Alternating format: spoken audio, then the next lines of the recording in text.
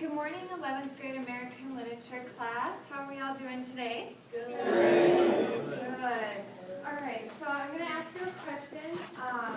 Who's ever been reading a text, whether it's for school or for fun, and you're reading and you start zoning out, you're thinking about what you're going to be doing this weekend or what you're going to make for dinner tomorrow night?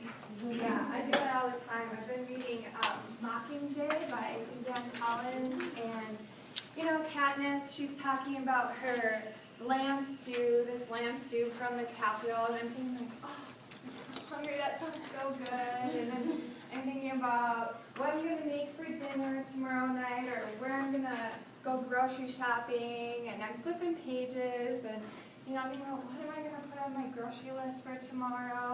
And then all of a sudden I'm like looking down, and I see like bombs are going off and people are screaming. I'm like, okay, what did I just read? So then I'm flipping back, rereading everything that I just read.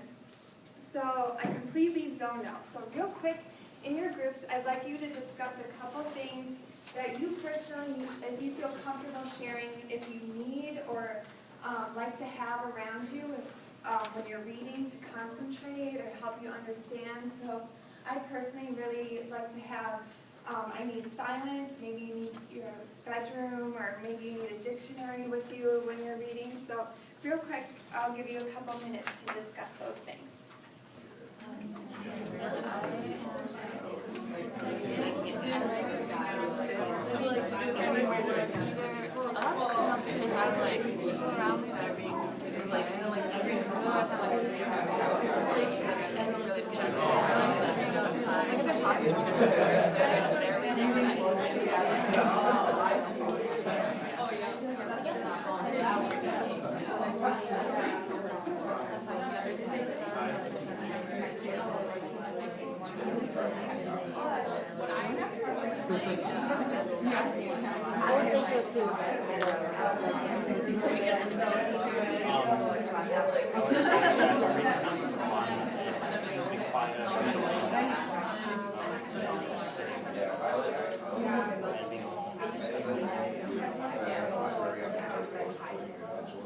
Okay, wrap up your final thoughts.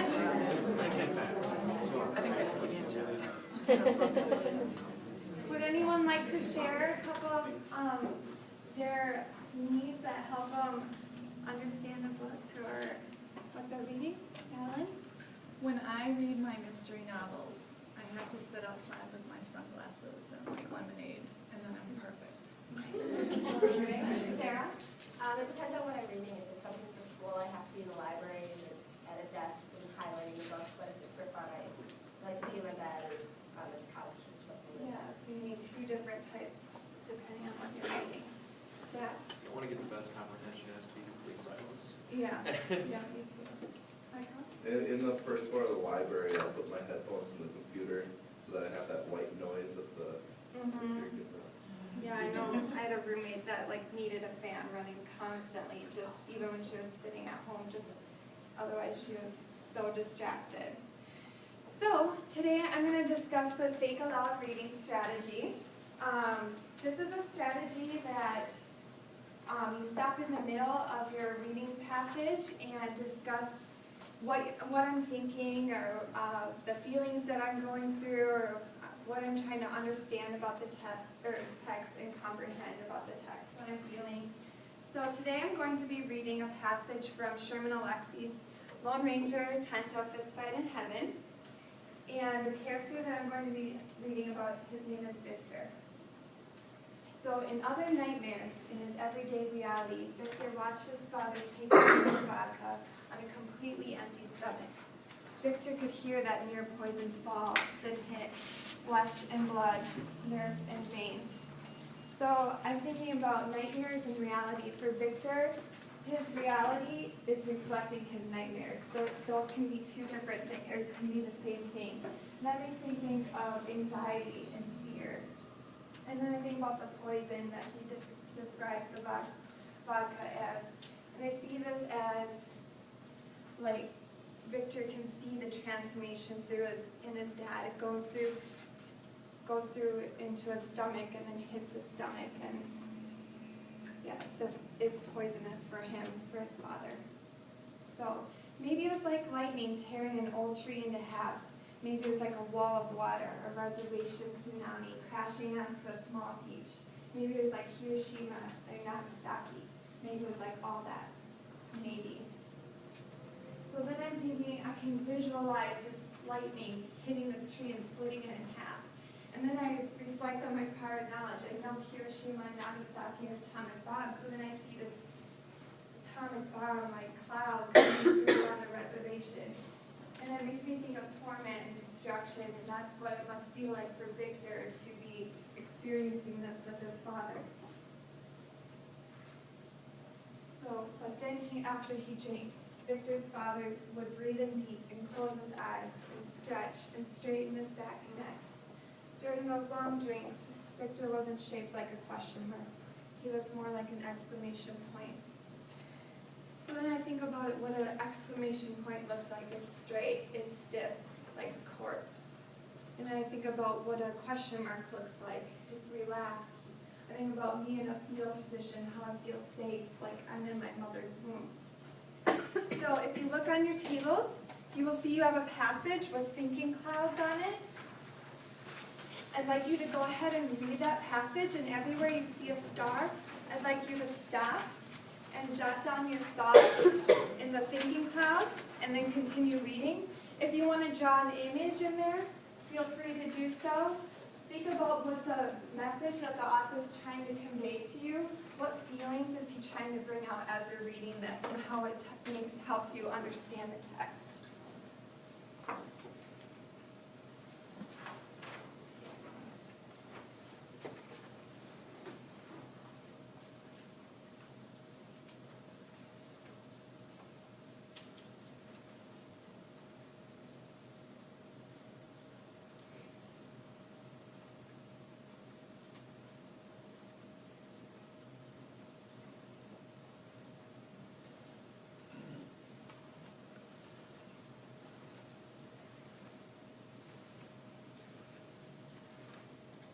There are no wrong answers in this either.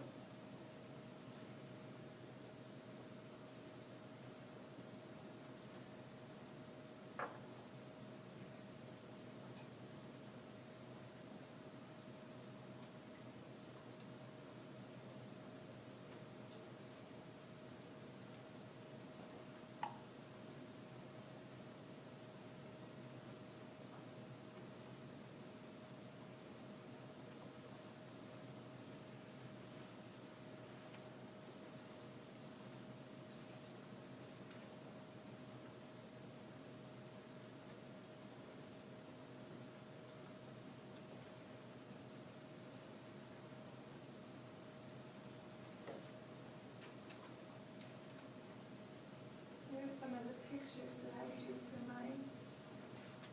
Think-Aloud.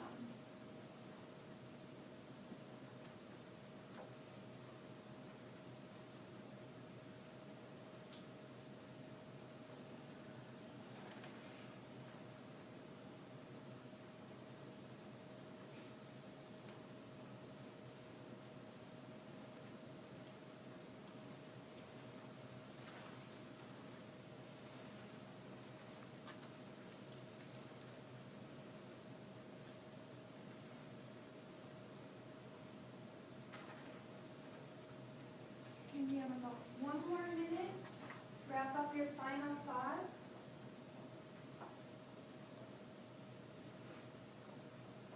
And I might ask some of you to share what you're thinking, or if you'd like to share what you drew, the pictures you drew. I encourage someone to do so and bring it up on the doc cam.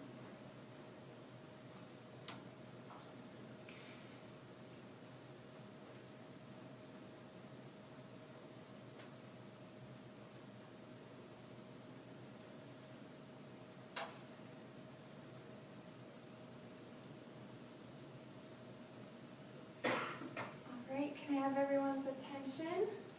Would someone like to share what they wrote down? Zach?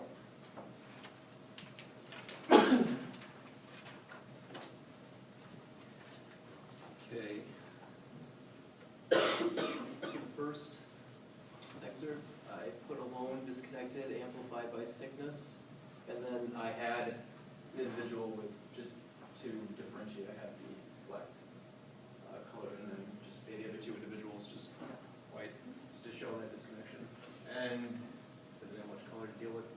And then he has a thermometer in his mouth, he's crying, and I tried to make it look like he's sick with like heat. I didn't really know how to describe that any better. That's all right.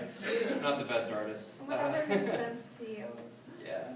And then for the second excerpt, I had returning to ancestral ways, rejecting present norms. Music is the guide to moral cultural reinvigoration. And so I had a drum, and then a line, and then X marks the spot, so returning to where he wants to be in his life. And then for the final excerpt, I had determination, perseverance, hope, and then just up to symbolize that. Awesome, thank you. Did someone else? Sarah? Do I need to bring it up there? I didn't draw any pictures. No, you don't have to. Whenever you. For the first one, I just said that I picture this man just seeming so lonely, sitting in like a dark room alone under some blankets. And Thanks for joining us, Mr. Homey.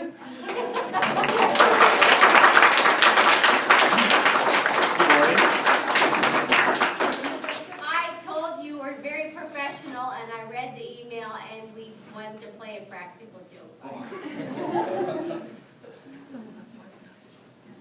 just that he's like sitting in a dark room with like this dingy, gross blanket, and he's just like sweating and just he's so sad. For the second one, I just picture him, physically getting up and like dancing around naked and sweating, and then like he's picturing all these things in his head, like these big tribal bands and all these ghosts coming around and spirits flying around him. And then kind of the same thing for the last one, like he's picturing all these clouds turning into buffaloes and crashing down at him, so he's kind of hallucinating a little bit. So great visuals. Rachel? I have some drawings I'd like to share. Wonderful. There wasn't a lot of time, but I tried to draw these. So for the first one, I drew someone covered up in a blanket with the symbol of death on him with some gravestones around him. I don't know what a naked man looks like, but I drew a naked man dancing. Not that I've taken lifetime classes at a university or anything. So I drew a naked man dancing, and then from the ashes, a woman coming out.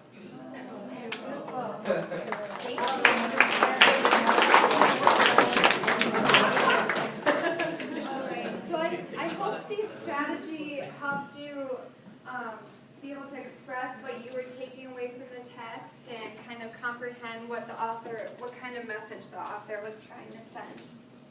Thank you.